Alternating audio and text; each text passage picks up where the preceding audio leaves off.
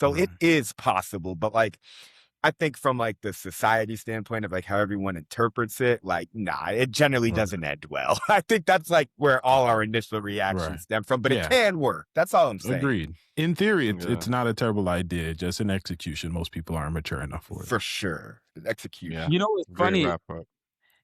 You could be head over heels over somebody. Lou just said wrap up. I put the perfect bow on it, and Go this ahead, guy. bro. Go ahead, man. Yeah, right? Go ahead, Pac. You're already here. We're already here. It's okay. I'm already here. Say your piece, Pac. Say your piece, Pac. Say your piece. Don't rush my piece. Don't rush my piece. If Dre was closing it, he could have been like, yo, in closing, ba-da-da. No, what he said was perfect, though. That's why I was like, yo, that's a great rap. I said it. I said what I said in my head out loud because it was a perfect wrap up. But you want to tag it? Go ahead, tag it. Say something else. Say two. Dre went first. I was like, all right, let Dre go. I didn't know it was closing time. Brother, Go ahead. Say your piece. You got it, bro. Go for it. Don't rush the piece. We're right. not.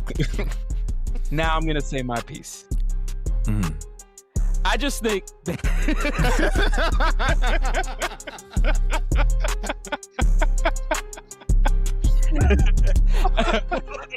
yeah.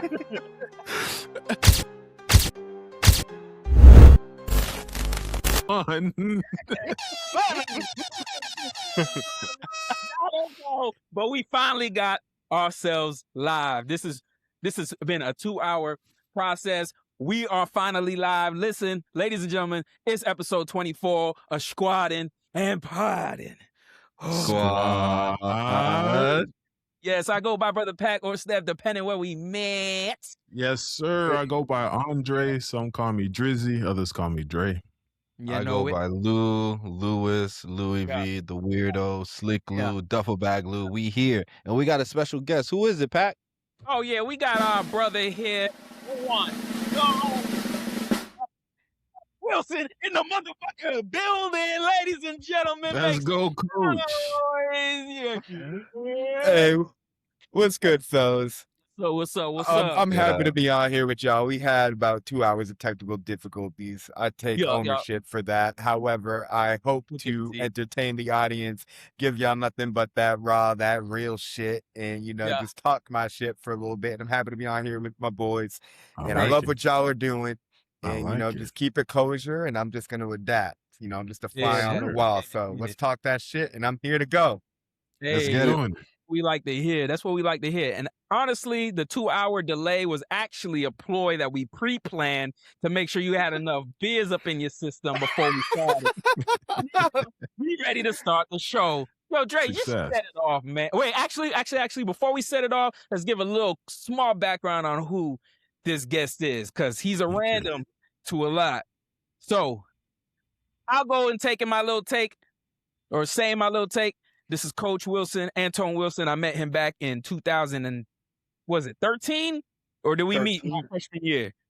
No, 13. 2013, college football, both running backs. There was about 12 of us, and we all had to just fight for a spot. He was also my roommate. He's also what made my experience in college in 2013 very, very magnificent. Now, when you look back in the past, college was what it was, and I can't say it was what it was without Coach. He was that roommate where when you come back home, you don't know who's gonna be there with him. He's not a lone ranger, but he was. This nigga had hoes.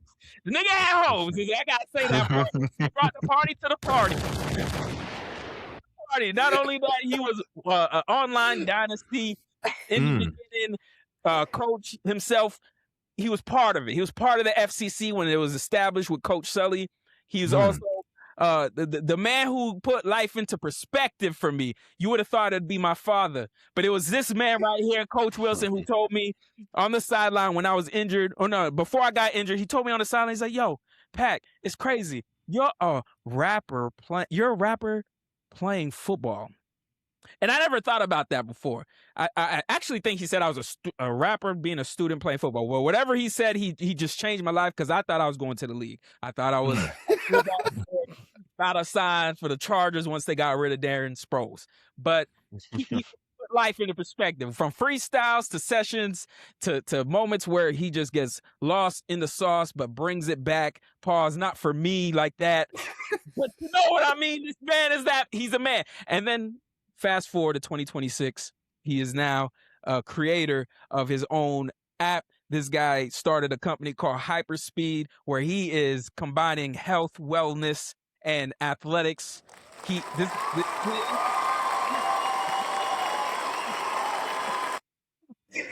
I'm just popping off all the things I could tell y'all, but it'll be a long story if I had to say it all. So that's who Coach Wilson is, and I just had to say that piece before we start. Welcome. Show. Nice. Welcome. Hey, a hell of an intro, man. I appreciate it. It is difficult to define me in like a short elevator speech, but you did a hell of a job. It was entertaining, and I'm truly flattered, and I appreciate those words. But beyond anything else, man, just being your roommate was beyond entertaining. It's like, oh, this guy's a rapper. Like, he's from Florida. Like, he plays a little football, but like, he's down to roll up. He wants to bring hoes over. Like, let's get it going. And I blew my knee out. I blew my knee out 2 times. So I didn't really get to play a whole lot of ball. So that's where the whole coach moniker came from. I started maturing and developing as a professional a lot older than my peers, but I'm still a nigga covered in tattoos and, like doing, ratchet shit just like the next guy. I just happen to be a little bit more professional in how I go about it. So yeah, nonetheless, I got to have the luxury of living with Pac. We started the NCAA dynasty, and here we are. We started that in 2013. Here we are 12 years later, and it's still a crucial part of your life. I'm just pretty busy right now, but I hope to get on. I literally sit and watch YouTube videos of the next NCAA and the new equipment coming in the game. Just that shows you how much I love video games. I'm just not able to get into it. But nonetheless, I want to talk y'all's ear off on that. Love college football, was a luxury being able to spend that time with Pac, and beyond anything else, get acclimated to his friends from back home, his fam, and watch his music career really develop throughout the last decade. And I've been with him every part of the journey. So there's definitely a lot of deep-seated roots in what brings me here today. So let's see where it goes. Take me for a ride. Pause. Yo. Hey. It's a pleasure. And this is how we usually set it off. Dre, as always, the floor is yours. All right. Let's do it. Hey. All right, fellas. Am I the asshole for getting mad at my mom for marrying my fiance's dad? Whoa. I have a story on this. If I have the mic, I'll go there, but I have a story on this. So am I the asshole for being mad that at my mom for marrying my fiance's father? Ooh, that's weird. Ain't it? More common than you think. So my mom just married my wife's dad. Soon to be wife's dad. Soon to be wife dad. Yeah. She beat you to it. Jump the gun. That's crazy. That's disrespectful. Yeah. That's disrespectful. Short term, yeah. Introduced you. Mm. Yeah. Facts. Especially if there's no conversation. If my mom never came up to me and told me anything like this and just was just like, yeah, I love him, or something was behind the scenes and I just find out like, yeah, we're gonna get married. Yeah. She's the asshole. And the mom. the mom's the asshole. The mom's the asshole. And they're just asking, am I the asshole for being upset about it? For being upset about it, yeah. Yeah, so that's the least you could be. You're not the asshole. Not the asshole. Okay. Any thoughts before I read the story, Coach? I want to hop into this take. I've actually seen this in real life. So let's get the into woman that I'm talking, we're gonna, you get into it after. So the woman that I'm talking to right now, my man. Right now, just do you think they're the asshole or not? Pretty much.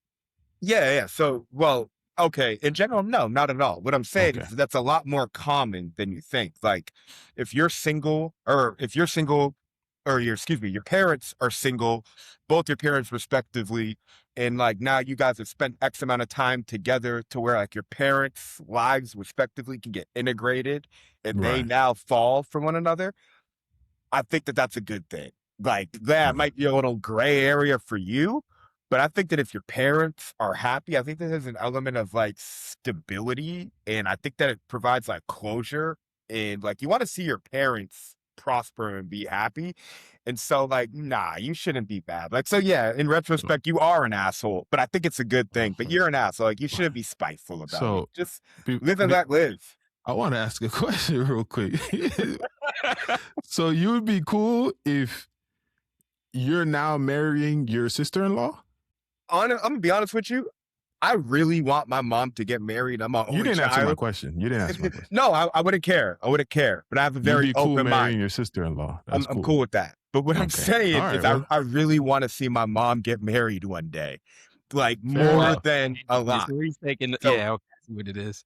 100%. At any cost. At any cost. I want to see my mom get married. I want to see my mom be happy. And regardless of how I feel. Okay. Anyway, let's get into it. See what happened. Wait, what about Lou? What about Lou? Lou said, no, she's not there. She's not. Go with the story, guys. That boy is. Start the story. All right. Jeez. I, 24 female, and my fiance, 24 male, have been together since our sophomore year of college, so around 5 years now. For context, my mom is 50, had an affair with a coworker when I was 16, leading to my parents' divorce. She has been single ever since, going on dates, but no serious relationships. I have a good relationship with my dad and his new wife. Sadly, my fiance's mom passed away 2 years ago due to cancer, and his dad, 53 male, has been single since. My fiance proposed last year, but our wedding was delayed due to COVID. Our families had never met up to this point because his family lives in South Carolina, whereas we're in North Carolina, where we went to college, around a 3-hour drive away from his dad. 3 months ago, in January 2021, we decided it was time to have our families meet for the first time to discuss our upcoming wedding in June. My dad and his wife, my fiance's dad, and my mom all met at our place to meet and discuss the wedding. This went well, albeit there was some tension between my mom and my dad. This morning, out of the blue, my mom called and announced that she had eloped. I was shocked, as she had not been dating anyone to my knowledge. Upon questioning it, it turned out she and my fiance's dad had been dating in secret since the meeting in January and had married in secret yesterday, making my fiance my stepbrother. I wanted to throw up just thinking about this. She said that I should cancel my wedding because it would be inappropriate to marry my stepbrother. I'm absolutely horrified. I shouted at my mom saying she just loves ruining my life and called her selfish. First, she cheated on my dad, and now she went and married my fiance's dad, knowing full well I was about to marry my fiance.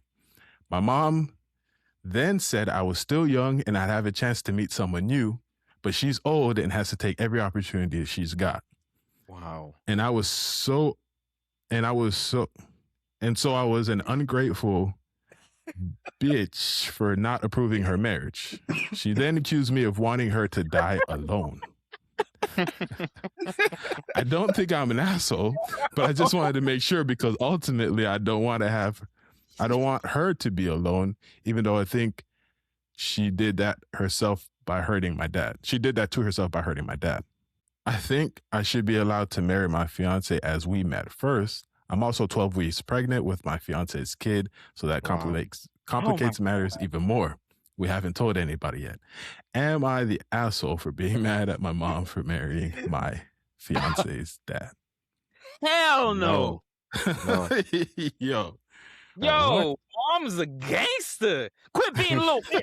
I want you to stop doing that shit you're doing with my daughter. You fucking you or my son. Right? It's the mom's daughter or son. Yeah. Daughter, right? Yeah. Now you fucking with my son.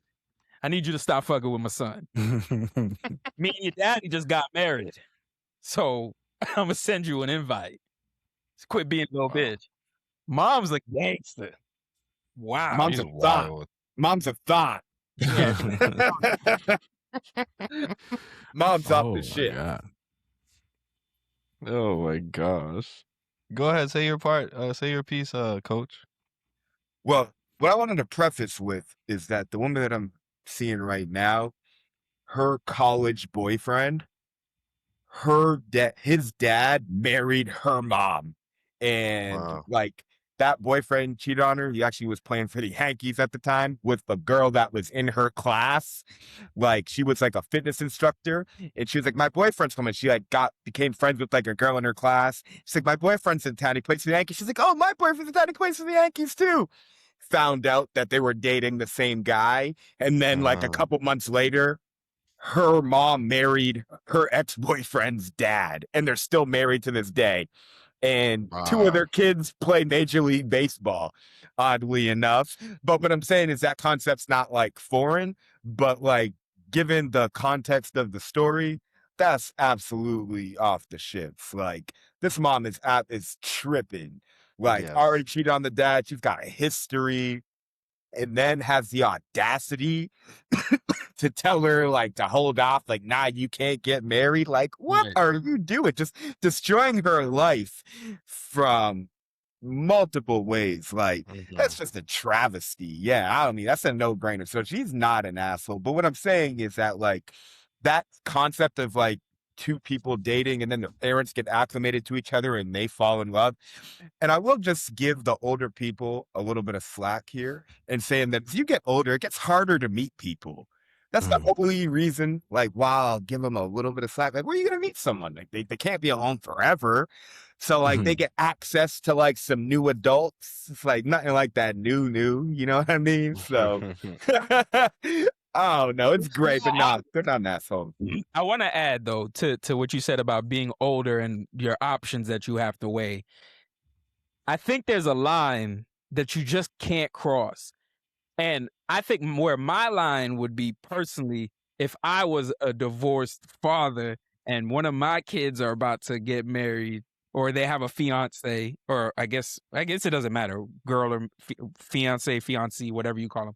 But if I was in the scenario as the mother and I see there's a mom who's their kid's dating my kid, if she's throwing it, I'm going to catch it if the vibes are there, but I'm going to let her know, like, yo, we can't get married. You know, we can't. Whatever we do, we can't get married. Because the marriage is when you just do, that's just too much. It's already crazy if you got sex. But to then be like, I'm going to marry you and don't worry about everything. I'm going to tell my kid that I'm going to shut that shit down and it's going to be us. Anyway, we got to live ours. You know what I mean? It's too selfish. That's too selfish. Yeah. Indeed. Agreed. 100% agree. She's definitely not the a-hole. Like, why would you even tell your daughter not to marry him? That's nuts. Because even if you're brother and sister-in-law, you can still get married, correct? Because it's by law. It's not by blood. Yeah, so why doesn't she just get married as well? I don't understand why she's hating on her own daughter and son-in-law. Like, she seems like a selfish mother, yeah. And they probably had like a frenemy type mother and daughter bond thing going on. I don't know. I'm not a therapist, but there's definitely she's probably jealous of her daughter. Since her daughter is, you know, about to get married and all that. So yeah, she's definitely not the a-hole. The mother's already showed a history of being selfish, of cheating way back when you know, when she was younger and ruining her marriage that they had. So seems like the mother's just not the greatest of people. I mean, it's one thing to like Pac said to do that, but it's another thing to turn around and then say, nah, y'all can't even. This is us now. You can't marry your brother-in-law. That'd be weird. Like yeah, they could definitely have an affair. Like they could be sexually active, have their own thing. They don't need to like tie the knot though. Like what are the legalities matter? Like why do they have to get married? Like y'all could be doing it on the low. True. Like what are y'all doing? And then have the audacity to be like, and you can't get married. We're already married. You can't get married. Like yo, you're tripping. Crazy. Just like saying even like not on some parent shit. Just us four. We're all walking, and I find a backpack. Or maybe one of y'all is like, yo, Pac, yo, you see that bag? I'm like, yo, I'm the one who's like, yo, let me go grab this bag real quick. I open up the bag, mad money. And I'm just like, yo, It's mine, y'all. Your own thing. It's like, yeah, but I found the money. So it's like, I'm the reason why you're even in this scenario. You're with my fiance's parent. So then you're going to cut me out of it. You cutting me out the family. Yeah. Crazy. Her mom's wilding. Cheating prior just kind of shows how that's how she moves. She's a slimy little thing. Yeah. Yeah, that's wrong. That's nuts. Yeah, not a good look. That's a good one. There's a little update. Oh, a little mini update. We just called his dad. Apparently, he sees no issue with me and my fiance staying together. It was just my mom who had the issue. Honestly, I still don't know how to feel about this because it still feels kind of gross to me. We're probably going to be going low or no contact. Dang. That's so excessive. Like, come on. Is it? Yeah. What do you mean? You're literally siblings by marriage. That ain't got nothing to do with anything. Like, I would totally, if my mom or dad remarried and I had a hot stepsister, I would totally try to fuck her and I would not think anything of it. I'm telling y'all right now. Wow. Keeping it 100. Oh, man. Gross. It is weird, but it's not gross. It's weird because my mom, the parents who's making it weird. It wasn't weird before. But yeah, like Tone said, I'm definitely gonna get mine, and this ain't gonna stop nothing. It's like the easiest access ever. She's right there. But she's saying she going no contact with her mother. Like, I don't think that's overreacting. Oh, I thought she meant like no contact, like with her boyfriend, like physically. That's what I took. No contact. I might be misreading it. You might be right. That's how I perceived it. No, say it again. No, say it again. It says, honestly, I don't know how I feel about this because it still kind of feels gross to me. Period. Will probably be going low or no contact.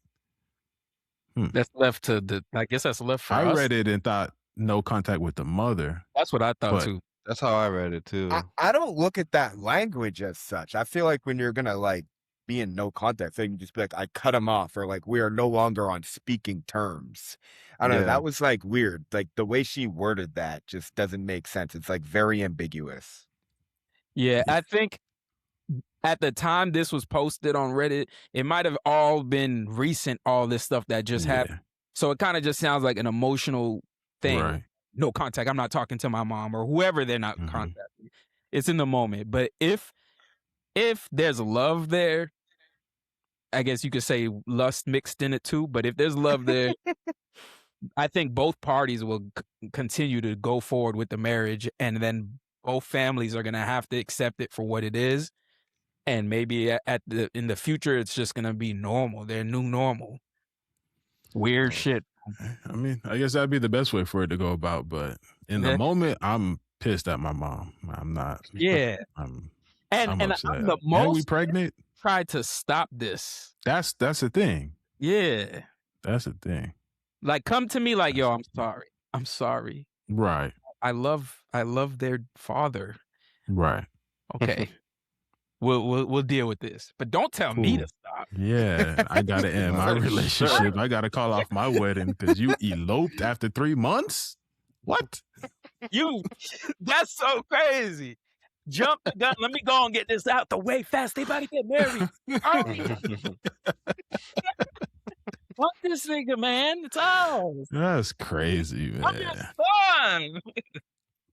Wow. That's crazy. Yeah. Wild business, man. Wild business. I like that. Yeah, that one's going up. Sure. All right, go ahead. What's the first topic, y'all? All right, so Brother Lou, Brother Tone, this isn't hypothetical for y'all. The beginning segment isn't hypothetical. For me and Dre, hypothetically.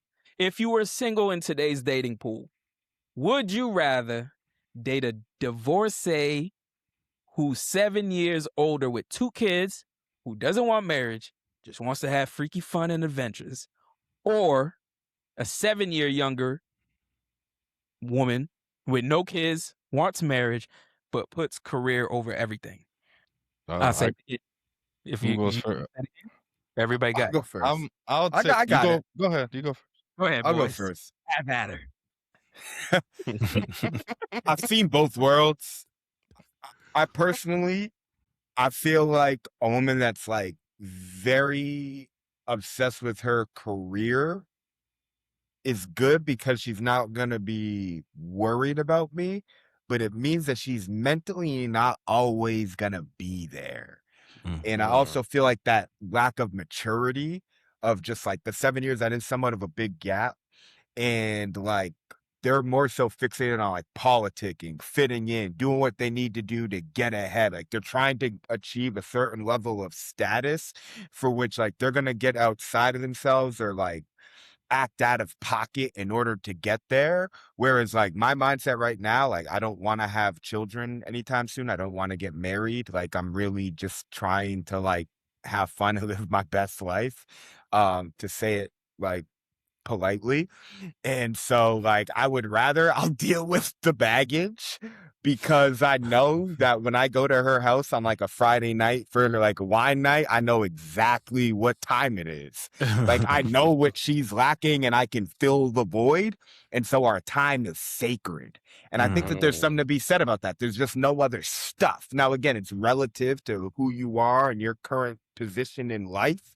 But what I'm saying is like, I want like the seasoned veteran that knows exactly what she's doing and understands why she's bringing me around. Like, go figure your career stuff and how to politic and make money on your own time. Like, I'm trying to be with you, baby. And like, we only got 2-3 nights a week because the kids aren't around. So like, we're going to get the most of it. Like, I am getting all of her vacant time, 100% of it. And that's all I need. And so, like, it's a no-brainer. Like, go figure your shit out on your own, little girl. Like, when it's time for me to reproduce, I'll go find a girl to reproduce. I'm not worried about that. Wow. I'm not That's just where I'm at. I'm not mad. I'm not mad at it. I'm 100% the opposite way. I'm taking the... I ain't playing stepdaddy to nobody, bro. I'm not on that. I don't want to know. And I've never dated a girl older than me, so I'm good on that. Even though I've never dated a girl 7 years younger, I'm gonna go on that way. And she's career orientated, so she's driven. I like that. As long as she's my type, then I'm with Overrated. 100% with 100% with the whatever. I don't know what she is, or entrepreneur, or if she's in the medical field. I don't know what field she's in, but yeah, I'm with the career driven person. As long as I get my time, which I don't need that much at first, and as long as physical touch is high on her love language, I'm good. Being an intellectual titan ain't gonna help her fuck any better, bro. Like, I promise you. Lou said there's more than that, brother. Yeah, there's more than that for me, bro. There's more than that for me. Yeah, I'm dating women 10 years younger than me. I've dated women 20 years older than me. And oddly enough, what I'm finding, just, the data proves that 5, 10, 15, 20 years older than me, they just get better. They just get better. But I don't like, and I'm gonna just keep it 100. I don't mean to shift gears, but I don't like 30 to like 34, 35 that are like single, that have like no kids, like maybe a divorce, and like they're kind of pressing for kids. Like, I want them to get over that hump right when they break past like 37, 38, and they're like, you know what, I might not ever have kids, and they just own that. There's a new level of like, it's a newfound confidence. He found his pocket. It's like, oh, for sure, 100%. Unexplored market, where it's a newfound confidence, where they like just own who they are.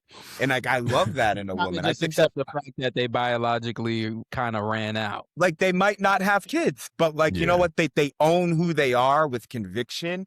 And then they just like really start embracing their femininity. And I just find women in like that second wind, like past 37, no kids, to be incredibly sexy.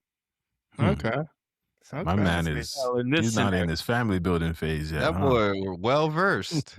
I like it. He's not in that family building phase. Not anytime soon either. But the thing is, I got great energy, man. I can reproduce like in my mid-60s, no problem. So like, what's the rush? Fair enough. For sure. Dre, no where hesitation. All right. I gotta ask a question before I answer this question. Am I coming from a place of like I got divorced now and I have to answer this question, or was I never in a marriage. You're divorced. You're divorced. Okay, all right. Coming from I'm divorced now, it'd be the other divorce. We just be divorced together, just not caring about nothing. Just raising children and having fun. Let's do it. No marriage. I ain't never getting married again, so I can't go with the younger one anyway. If I got divorced. So yeah, we just, hey, let's have fun. We know what we're here for. We know what we're here for. I agree. What says you, Pat? You agree? Okay. Yeah, I'm right there with you. Let me get that freaky dicky 55-year-old, 45-year-old. Brother, you said 7 years older. Said yeah. This guy was 55. What are you talking about? It was 7 years. I just remember older. Yeah. Oh. Let me get him, man. Yeah, we go. Ain't this your question, Pat? It is my question. Right? You know, sometimes I throw a question in there. Don't think about it too much, so that I could be surprised as well. And as you can see, but yeah, let me get her. Yeah, we're gonna have a time. Like Dre said, don't care about nothing. What is she? Badass kids? Christian asked. Hey, she got some badass kids that got nothing to do with me. I'm only around for about an hour and a half, 2 hours, and hey. That's not it, baby. Hey, your kids are crying. I gotta go. I gotta go. You know what? I think I heard them. Yeah. You might gotta go handle that. I'll call you. I decided no deals. Nah. I'd only play stepdad to a young girl. I don't want to be stepdad to like a young boy. I feel like as a young boy, like growing up playing sports, like, you know, like you have like a stepdad that comes around and like he's coaching you up. And I feel like if like your stepdad then leaves and your dad's already not around, it's like a double loss. So like even you as the man, you might get attached to the young boy. But I feel like young girls that don't have a presence of a dad, I feel like it's just a net positive. Like for me, it's just like I'm a leader. I'm moving 100 miles per hour. Like I'm coming here, I'm setting an example. I got work to do. Like next thing, boom, boom, boom. I would have no problem. I could seamlessly step in the household and be like the stepdad of like young women. And I feel like that's a net positive of seeing what like the male figure in the role that he plays in the house and getting exposure to that, having never seen that before. They would much rather that. I think it's a net positive. But for a boy, you can actually destroy that young boy's psyche. So like I have no problem being stepdad to a woman that has daughters, but I don't want to do that with kids. And I feel like I've already been stepdad, babysitter of grown men, working with like college and pro athletes, where I'm just done with like the development of the young men's psyche. Fair enough. Okay. Fair enough. That's not a bad take. That's just my thought process. Like I have no problem being a stepdad for like a young daughter, but I don't want to be a stepdad for like sons. Sorry for all the single women out there that have young boys. It's just what it is. But the truth is, that's what you don't want, till the right one put it on you. And you'll confirm the conditions. I won't confirm or deny. Yeah, that's funny. That's funny. I won't confirm or deny. Oh man, what's the second topic? It all depends on the grip. I like that. Did anyone catch that? I got it. All right. My question is, do you guys believe in relationship breaks? And what's the second part of the question? Do they help or hurt the relationship? Yeah. Do they help or hurt the relationship? That's loose. That's loose. Look at fact shooting. Look at fact shooting. No, I just wanted him to tag in the second part. I was trying to I was producing, but you didn't catch it. It's okay. Okay. So, do you guys believe in breaks, relationship breaks, and do they help or hurt? Breaks for me, big no. Big no. That was one of the things actually my wife and I established early on in our relationship. If we ever decided we felt the need for a break, that just meant we needed to break up. So that was one of the things we established. In what I've seen from others is generally when people go on break, one person thinks break means I'm single. The other person thinks we're just spending some time apart from each other. Next thing you know, the other person is sleeping, and this one is saying you're cheating. So breaks just Tone sounds like I'm speaking directly to some history. But anyway, so for me, breaks it just, I think in some world it sounds like a good idea. Oh man, we just need some time apart to find each other, and then we'll get back together and everything will be hunky-dory perfect. That's not how it goes. So I think it hurts most relationships. I won't say all relationships, but I think breaks hurt most relationships. Okay. I am anti-break. Yeah, and let me come right behind you, Dre. Pause. Hey, yo. Listen, I agree. Breaks sound like a good idea, but I don't think people 9 times out of 10 are mature enough to actually discipline themselves during the break and do what they're supposed to do to then get back to relationship. A break can work even with somebody undisciplined if there's enough time that passes where both people are done being a hoe, and then you guys kind of just find each other again, and it's like, let's try it again. As long as it didn't end like in a bad way. But 9 times out of 10, you go through a break, one person's fucking the person they was already fucking during the relationship. They wanted to. That's usually how it goes. The break just means I love you too much to let you go, so let's call it a break. But I really want to fuck this person over here. Yeah. It is. I That's agree. something I want to fuck. Yeah.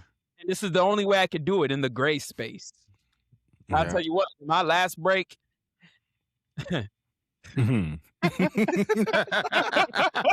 He's still recovering.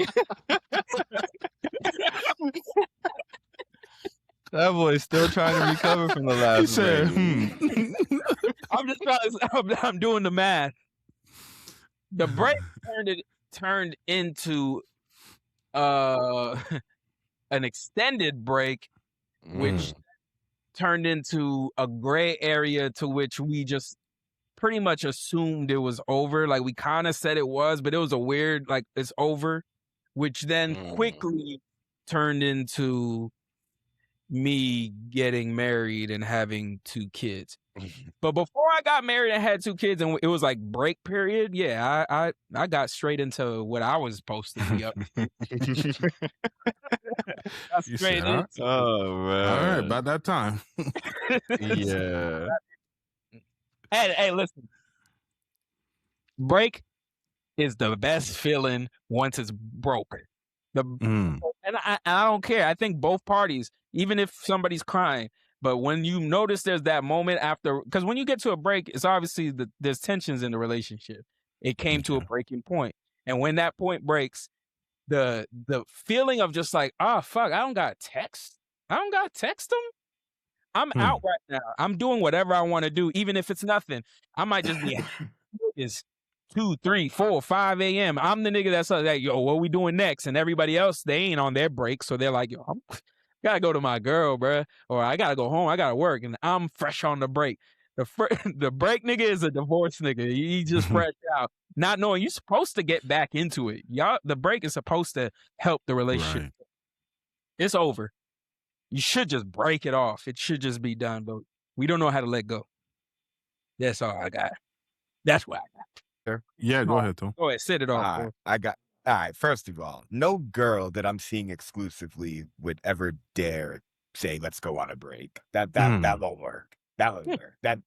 That'll end. No.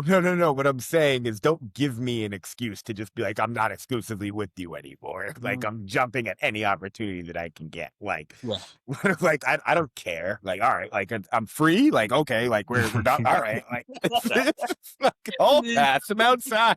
As long as that dog, you can't even open the front door. He's just gone. He's in the neighborhood looking for the nigga. Like, yo, I feed you. And honestly, like, within that, the relationship's over the second like a break is even proposed. But I think that it's a matter of like, okay, how long can we like milk this for if I'm like physically attracted to her, to where like I have a pass and like there's been some like a line in the sand, but we can still hook up a little bit.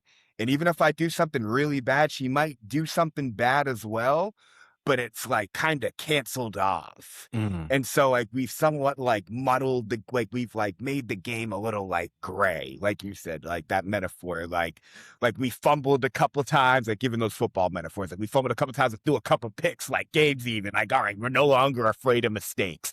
So it then allows you to know that like if this relationship ends in flames, all right, that's just what it is. And I'm just being honest, because if you're at a point where like you have to put like a hard line in the sand of like our relationship needs a break, like you're done. Like there's no sustainability in that. And like you just have to accept it. So what I'm saying is like if I want to keep it going with that girl because I'm physically attracted to her, I'm just gonna like stretch it out. But like in my soul, I know it's done.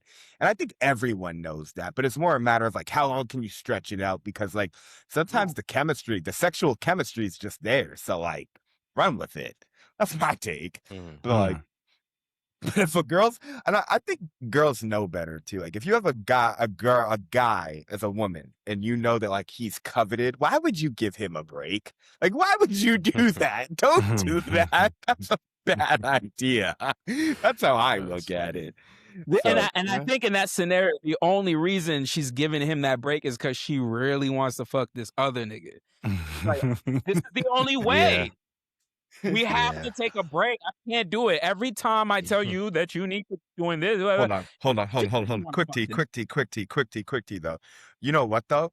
I feel like relationships usually hit that like tipping point when like you like no longer are sexually attracted to that girl in the first place, to where like that's why your girl probably wants to fuck with someone else because she's not getting that attention from you.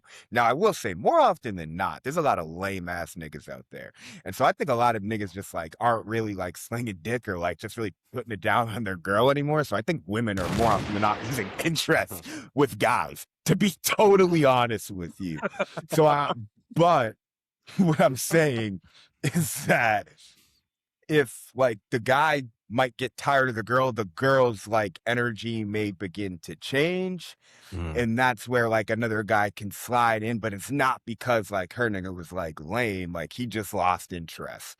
You know, sliding scale of like what the variables are. But nonetheless, if you guys need a break, you guys are just like, you lack like the heart to just like break up with each other. Like it's a major character flaw on both ends. Like you got to know when to cut the fucking cord in life because you're just wasting time.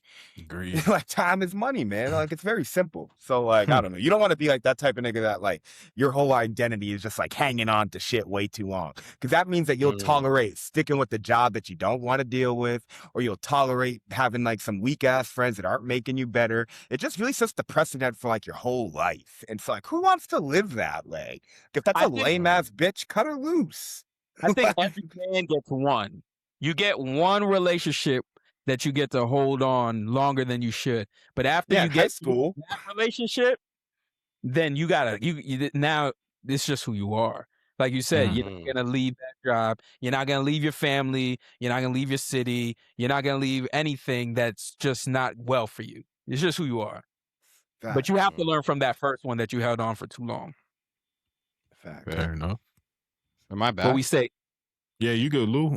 How you feeling about it? I agree with everything y'all said for whatever I heard and what I didn't hear. Yeah, I don't have a different take. And I feel like if you ever spin the block after the break and your girl is doing different moves and different things she's never done before, you're going to feel that in your heart, bro. She's doing something like, wait, where'd you learn that? And you went on a break. You're like, yo, you put the two and two together. She learned that in the 3 to 6 month hiatus. That's how she learned it, brother. So yeah, I wouldn't recommend a break, man. I ain't. That's a fact. Yeah, that's no. I mean, enough for a break could be a great thing.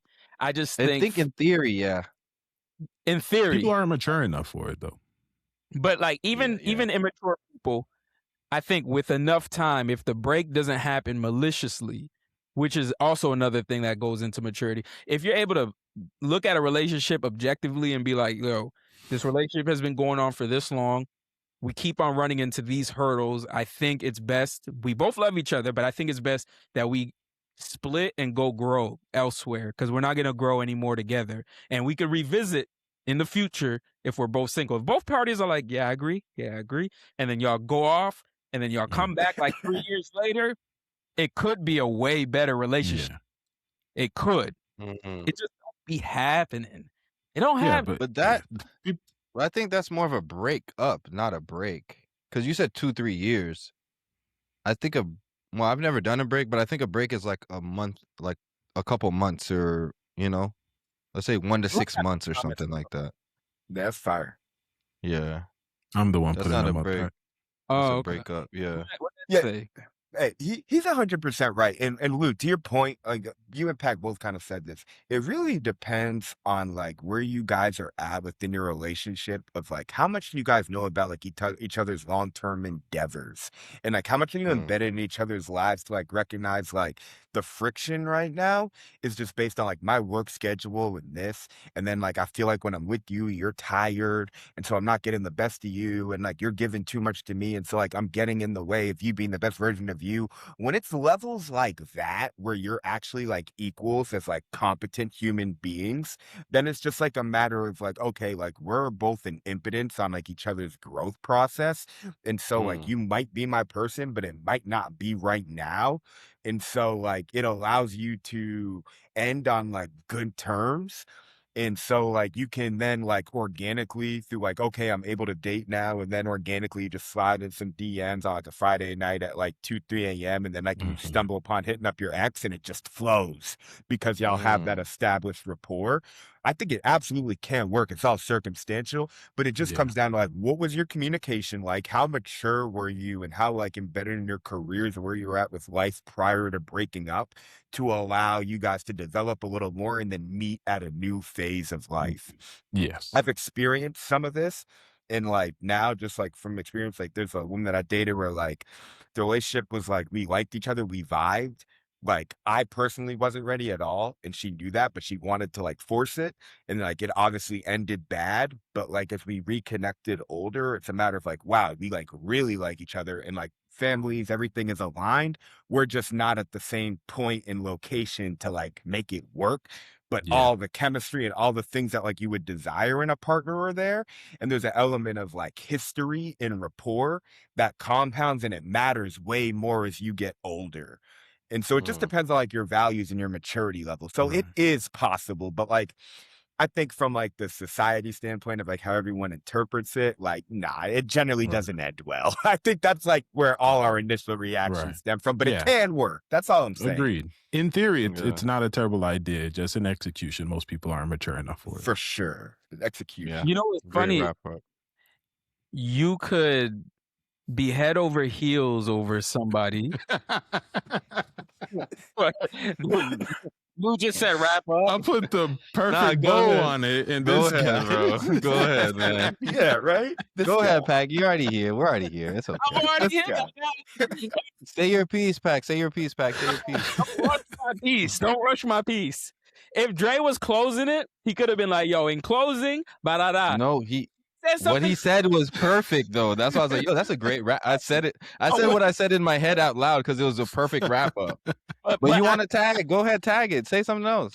Say two. Dre went first. I was like, all right, let Dre go. I didn't know it was closing time. Brother, go ahead. Say your piece. You got it, bro. Go for it. Don't rush the piece. We're not. Now I'm going to say my piece. I just think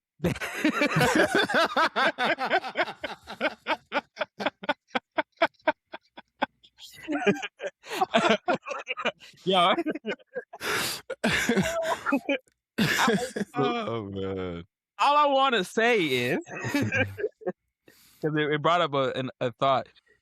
You could be head over heels over the person, and then y'all have a break, and then after y'all revisit each other in the future, find yourself being not attracted to this person at all because during that break you grew to a point where you realized the values that person has isn't even what you want anymore. Is all I had. That's a great bar. Just wanted to add that. Yeah. For anybody out there, I guess. But we closed already. I'm just outside the bar right now. Why is he salty? Let it go. I don't get it. We let you talk. No, you've been all night talking about, all right, next, man. I know it's 2 hours supposed to start. I don't know all what I'm saying is It's okay. It's okay to wrap something up, especially since we all agree. Like, I don't really like to. We all agree with the points. It's wrap it up. Somebody out there needed to hear what I just said. I think in the next subject we're gonna disagree though. What we got? All right. Good lead in. Yeah. Can you be pro-black and still date interracially? No. I'm just gonna say no, and then no, I don't even want to talk right now, but I'm gonna say no. And I had this debate with somebody before that everybody knows. Go ahead. I want to go second. Who wants to go first? I want to go first. Go ahead, bro. Go ahead. Nah, you can't do that. You can't do that. Wow, interesting. You can't be like I seen the photo of D'Angelo Russell with the damn Malcolm X tattoo kissing up on his white girl on a damn boat.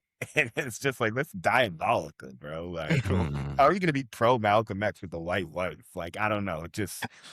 It's just contradictory. It's just so excessive. Like, again, like, I think like you can have like racial pride. You can be a historian.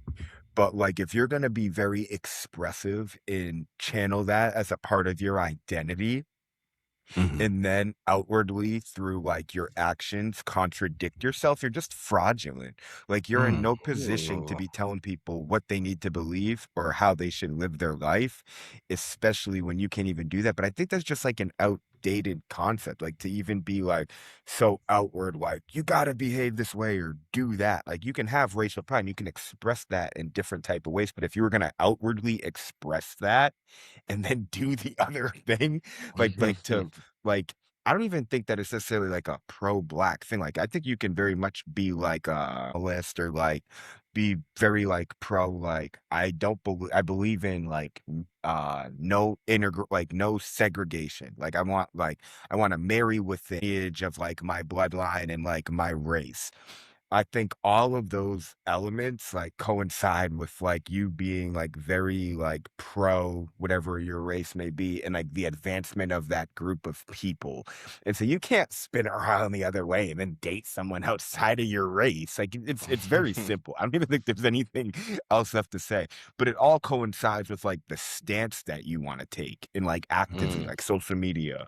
Like, this is what you stand for. Like, you can have certain beliefs, but you're vocalizing it. So to vocalize it and then do something else, it's just very simple. I think this is a very easy one. But I don't know. I'm very interested to hear what you guys think.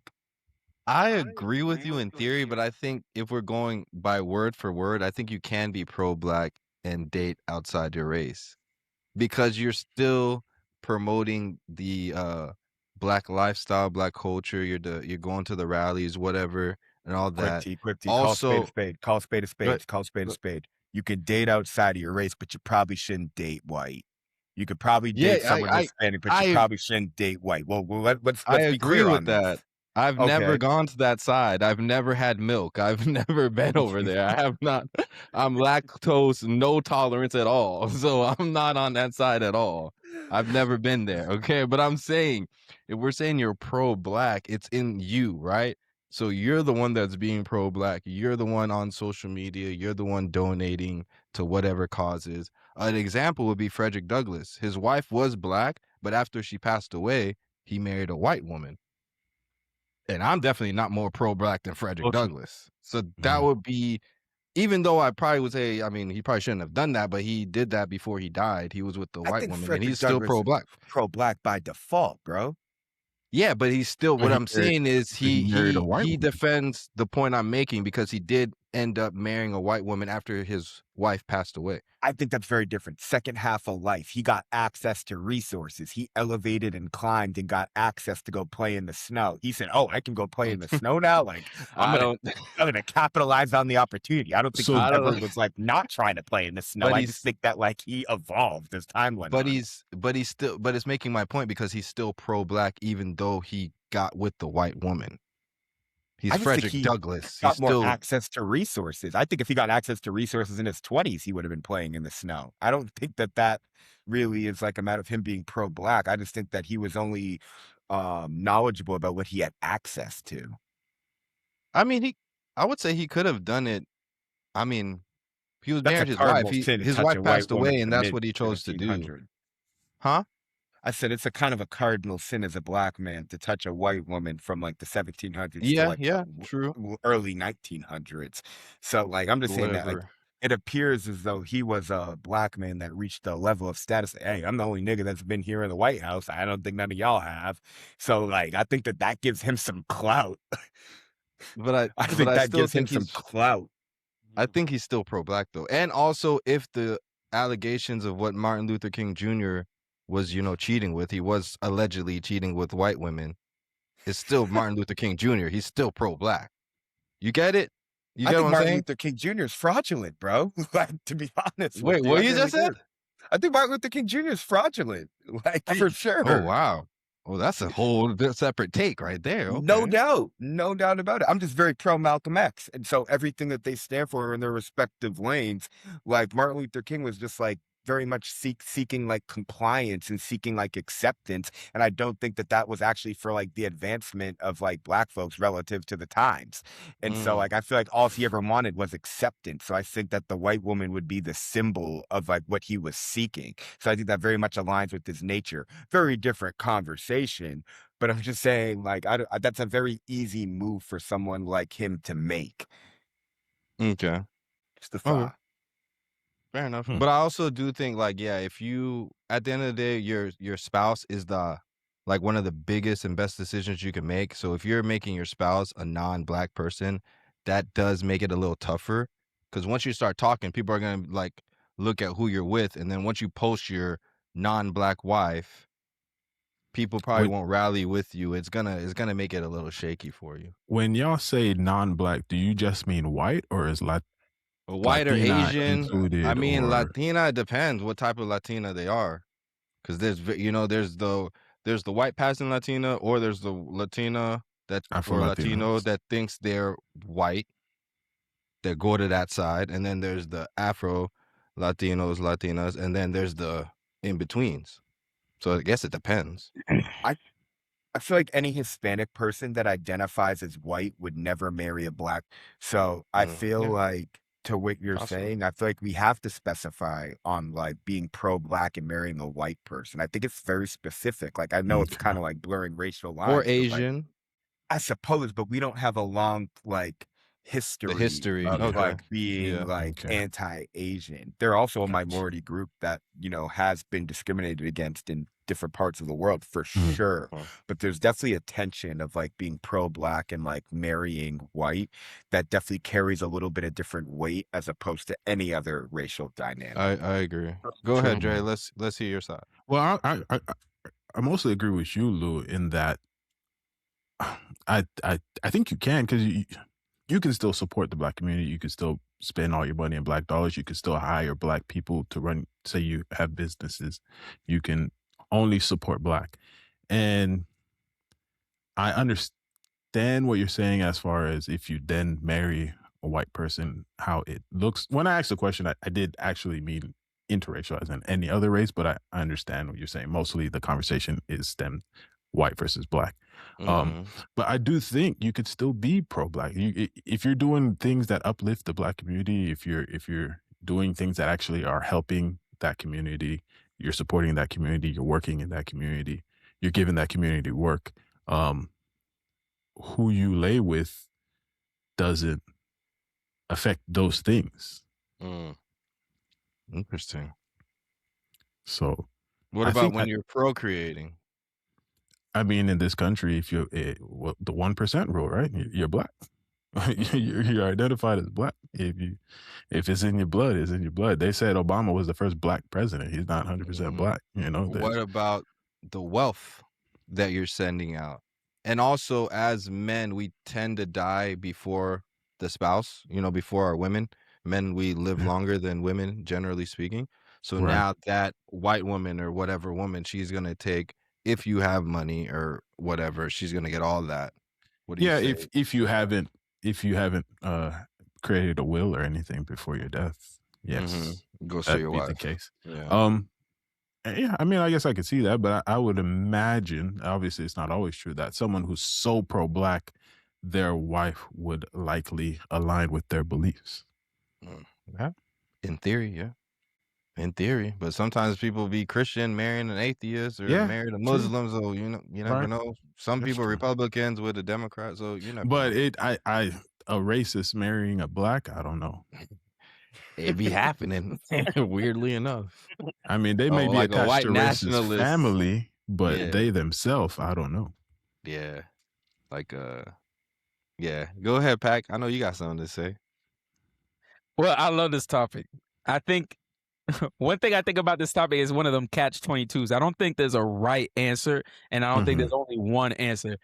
But when it's just, I think it's one of those, you just have your opinion on it, but people will debate. The reason why I say no is because of the narrow view that I have towards being pro-black. And when I think of pro-black, I agree with all three of y'all. Which is funny because y'all, Dre and Lou, y'all both are more so like aligned versus Tone, but I feel for both sides. A lot of times with pro-black, yeah, you can be in an interracial relationship and still support black people, communities, culture, economic development, and stuff like that. But when I think of the narrow path, it's prioritizing black relationships, black families, black institutions.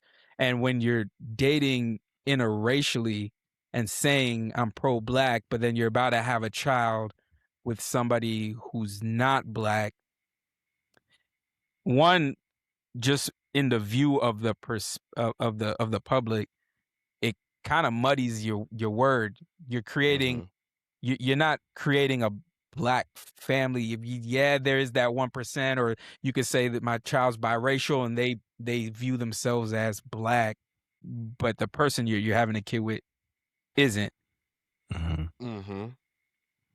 It goes to the gray areas. It's hard to get behind it. It's like seeing a fitness trainer, and I go to a gym and I want to get fit, and it's like, yeah, we got this fitness trainer over here, and I look at him and he got a big box of pizza and donuts. Like, yeah, I'm gonna get you in shape. I just like eating, pizza and cupcakes. I can't let go of the alcohol, but I know everything that you need to get in shape. Yeah. Like, what are all right? I mean, yeah, yeah. But my nigga, yeah, it's literally just one of those things where you are doing this, but you're also doing this, and at the same time, for me to say no, I can't see you being pro-black while you're dating interracially. My words only hold so much weight. I mean, I do have a black wife and we have black children, but am I spending all my dollars at black institutes? Am I so strict to the pro-black movement that I'm not spending my money or my time in white areas or spaces? No, I'm not that. So it's who's saying you are or not pro-black? How much does their word even really matter? And is that person that they're criticizing actually doing more for the black community than the person themselves? Right. With making the criticism. Yeah. I feel like the frame that you're speaking upon, it kind of goes into like this Malcolm X versus Martin Luther King sort of rhetoric, where it's like, if you're gonna be pro-black, then it's like, what value is like integration? That means nothing. I just care about the advancement of this type of people. But if like, it just depends on like what you want to claim. Like yeah, exactly. But it's like, if you're gonna say that like, oh, like you're pro-black, but like, oh, you still intermingle in like a white society and like have sex with like white women and like want to be accepted, then it's just like, okay, so like you're pro-black, like with a little bit of like a twist, like when it's convenient for you. And like the only things that matter is like actions. So that's the way like how I look at it. It just really comes down to like how we want to define that term. It just turns into like a slippery slope.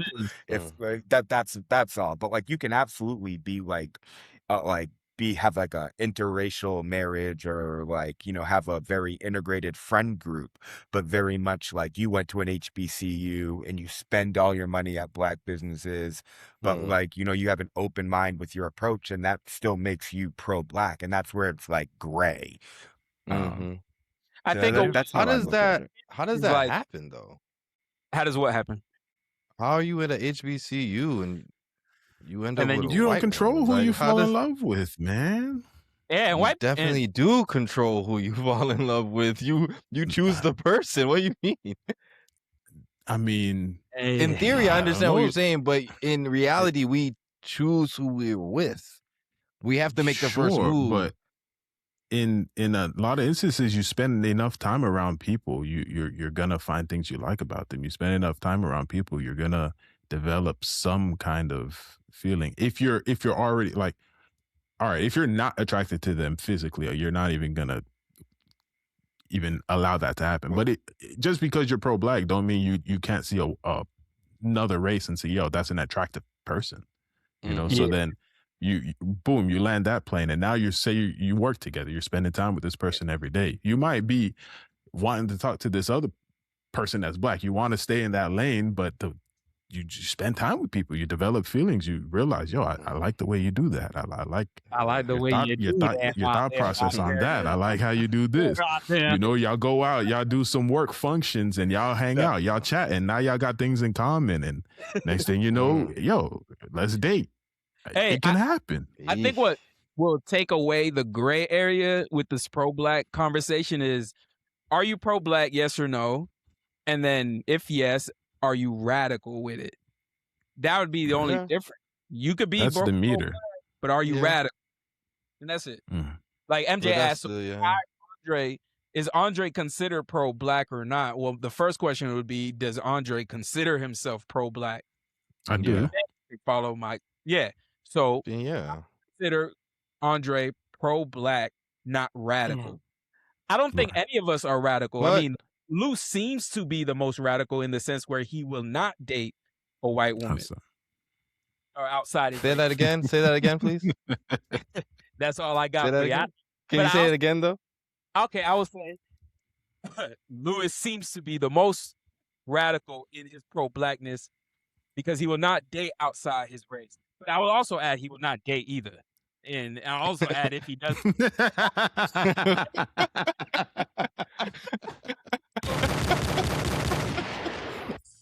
Okay, he ain't dating outside. He ain't dating hurrying.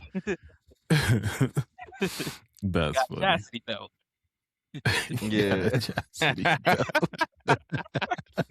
I'm locked down until I get married, bro. You right, brother. Oh, that's funny. I was gonna say something. Dang, I forgot what I was gonna say. Was it about me being pro-Black? No, I was gonna mention other people because, like, James Baldwin, he's a famous Black activist. I believe he dated white people, and I believe he was gay on the down low back then, dating white men. And Nikki Giovanni dated, I believe, a white person. I think she might have been gay too. I actually I'm just saying, if you go down the list, there are a lot of times, if they're intellectual Blacks or pro-Blacks, sometimes they be with the whites. I feel like it's for sure. I just think in general, for any race, even like to be like pro-white as a white person, which there are a lot of white Christian nationalists that are a group that are now coming to the forefront of like having like, you know, their 15 minutes of fame, if you will, or having a spotlight, not to have like a negative rhetoric. But what I'm saying is that I think that it's even difficult for any race exclusively to just be amongst their own. I think that you're just like making life more difficult for yourself, and like you're putting like a narrow view. I think that there was a time as like America was getting developed, 60s, 70s, 80s, where like that was appropriate, and like there was a space and a place for like different subdivisions and cultures. But I think what we've learned as like a civilization is that like it's probably best for like integration and like diversity as a collective, and like you can support the advancement of like your race specifically, but to isolate into like that group and like reject everything else, like you're just like causing friction in your own life. Like, I think that's just unnecessary. Like, I think you could still be pro whatever and like still be accepting and open and date other things for sure. But it's kind of like to Pac's line where it's just like, how are we defining pro-Black? Like, what's radical, what's not, and what's acceptable? But I think that ultimately, and I'll leave it here, coincides with how loud you are.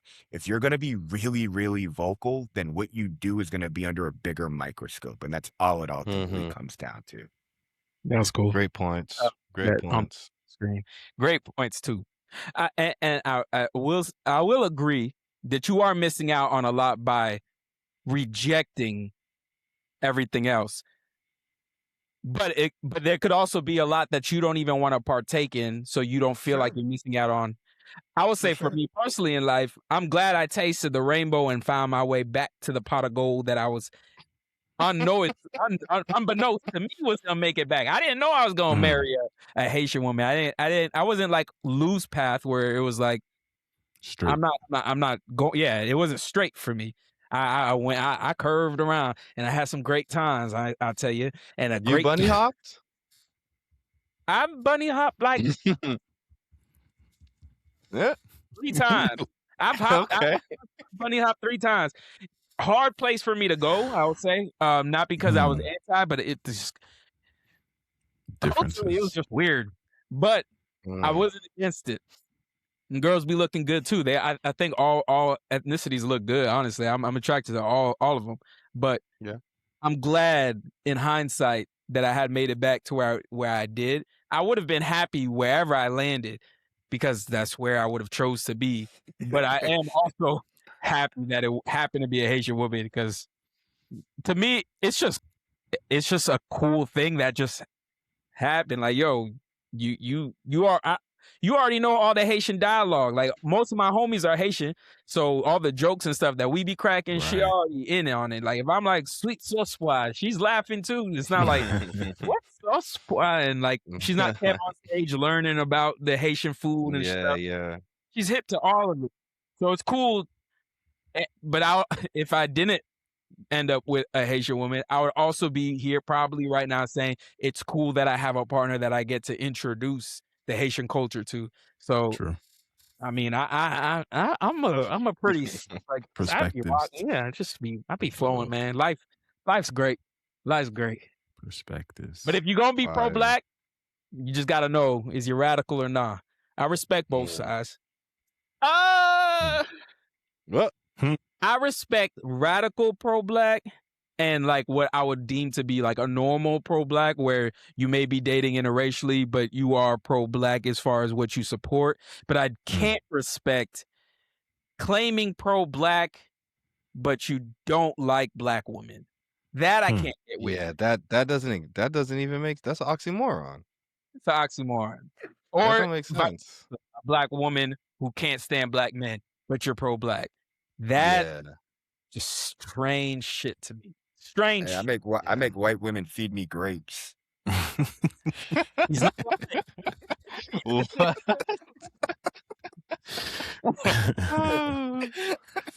and this one dude, I don't even know if this is a dude, but I'm assuming by surfing. Sora Surfing said in TikTok. So to clarify, who in here is on the spectrum of Dr. Umar versus the other side spectrum, Uncle Ruckus? Nobody's Uncle Ruckus. No Ruckus. No Ruckus. I'm with some things Dr. Umar says, but Black on Black love, I'm with that for sure. Yeah, Uncle Ruckus. That's funny. Oh man. That was a great question, Dre. All right. Yes, it sir. It was. Nice actually, all the questions were really good. I like the first question. Great pie, I gotta say. I mean, we was a couple hours late, but we came in. Yeah. Man, this man That's the unfortunate part. Let's do rapid fire. Yeah, let's go. Go ahead. Who's gonna read it? All right, Tone. Just a little intro. We got a little 60-second rapid fire. Gonna ask you a few questions. You got to choose one or the other. I'm quick. By the way, I'm a baseball umpire. Okay, I'm quick. I make decisions quick, man. Fair enough. One or the other. No in-betweens, no other answers. 100%. Let me read them off to him, Dre. You got Ball or it, bro. strike. Let me see though. I don't know if the phone offers the timer like we had with the computer, so we're gonna need a timer on here. Okay, hold on. You got a timer? So we 60 seconds, right? You see the on the Riverside. You see the live. Yeah. I see it. All right. When we hit 14, why'd you mute? Hold on. Am I gonna be going up against like a score all time? If I like answer faster, can I like break a record or something? Because I'm competitive. Well, you're only the second ever contestant, so yeah, you're good, brother. There's no, it's just answer this or that, basically. Understood. You're good. There's no wrong. Well, yeah, for the most part, there's no wrong answer. Right? Well, we already passed that. We'll start at the 115. 115. Okay, let's do 115. Okay, we got 20 seconds. That's trying to put this up on my screen. Yeah. Dre, do a 10 countdown seconds. when we hit 5 seconds. All right, be 5, ready. 4, Here we go. 2, 1, go. Is watching men play sports gay? No. Porn star daughter or drug addict daughter? Drug addict daughter. Head only or sex only? Sex only. 90s TV or Netflix? Netflix. Interracial dating or stick to your own? Interracial dating. Boom, here we go. 3 or 1.5 more inches of dick. 3 inches of height. Dave Chappelle or Eddie Murphy, big dick? Dave Chappelle. Live comedy or live music? Live comedy. Invincible or Dragon Ball Z? Invincible. Open relationship or monogamous? Monogamous. Movies or TV shows? TV shows. Give up all sauces or kissing? Say that again? Give up all sauces or all kissing? Give up all sauces. Condiment sauces. Oh, kissing. 90s R&B or 90s hip hop? 90s R&B. Okay. Right. I make love. Yeah. You got a couple answers wrong, but it's okay. This whole conversation about interracial, and you chose interracial dating. 100%, bro. 100%. I'm so confused. Wow. I didn't claim to be fucking Malcolm X, okay?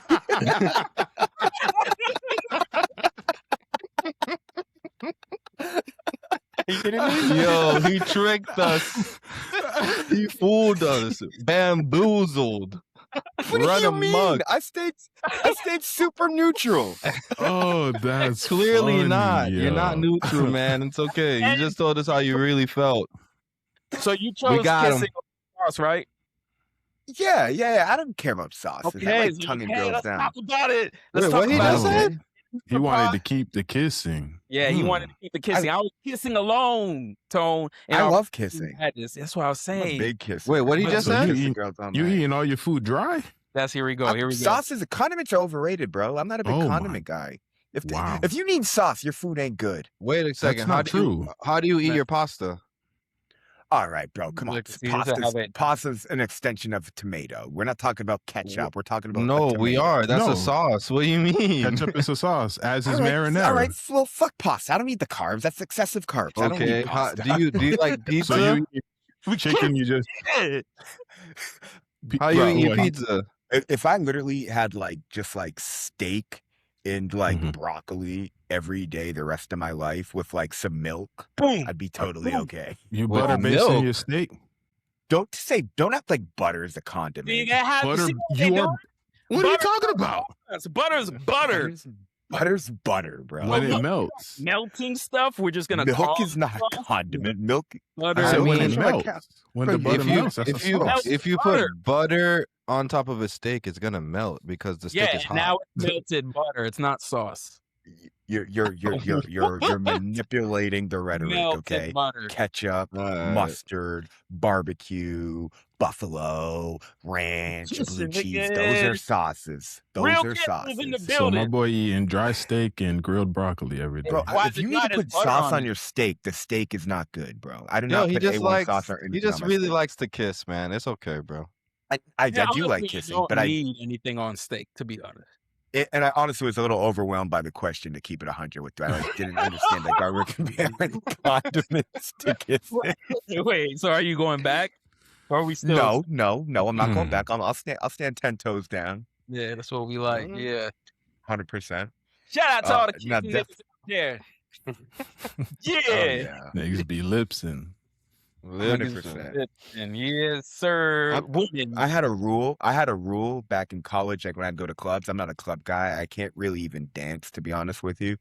But if a girl would give me 2 songs, like if I got 2 songs in dancing, obviously like over like the 2 minute and over like the 3 minute threshold, I'd make out with her every time. If I got 2 songs, I was trying to make out with her every time, and I never got rejected. That boy different. 100%. Fair enough, man. Baby, open your mouth. 100%. Different. I got some sauce for you, but the choice is what's more important. You got any unpopular opinions, Coach, or any hot takes? Nothing to get you in trouble. No. Take me down like in regards to what? I'm just very broad. So if you can just lead me down a subject matter, then I'll give you him a hot take, Lou. Lou's a hot take master. You don't need you and your partner don't need to share social media accounts. Don't need to share locations. I mean, I don't even have social media, and like I'm the least controlling. Like I don't give a shit. Questions, Coach. That's She's not hot enough. Okay, gotcha. Wait, what am I doing here? Am I giving a take or? He's just wondering if you have a hot take. If you have a hot take. You want me to give an example of a hot take? Your hot take or unpopular opinion? Understood. Okay, I'll give you one. Kind of on the spot. I'm gonna give you a good one. No. I think that we're gonna see, and this is it. And like we can like wrap up. You can take wherever you want to go from here. But I believe that we will see world peace in our lifetime. And and interesting you say that. And I believe that we are on the verge of like a Great Depression type of state in society where like the next 8 to 12 years are going to be really, really dark. They're going to be horrible. But I believe that if you can live past that and maintain and sustain and get by that, I think that the world population will dwindle exponentially. We're going to see a massive wealth transfer. And I believe that the chaos will be so bad that it will bring everyone to like an equilibrium and everything will somewhat reset. And if you can maintain and live to get onto the other side, I think that there are better days ahead. And I'm pretty adamant about that. So like, it's going to be really dark. It's going to get worse than it is now. But I think that there's world peace on the other side. That is where a hot take. There'll be renewable energy and education and healthcare will be accessible across everyone, especially because the population will be exponentially smaller, and just like a high quality of life to where like resources, almost like a utopia. I think that we will live to see that within the next 25 years. 25. All right. Yep. That's a hot take for us. That's a great way to end the pod, man. Hot take. So, and you will end on that note. That's good take. Good hot take. Ladies and gentlemen, this has been episode 24, and this is Coach Wilson. Another episode of Squaddin and Poddin. Squad. My brother Pac or Steph, depending where we met.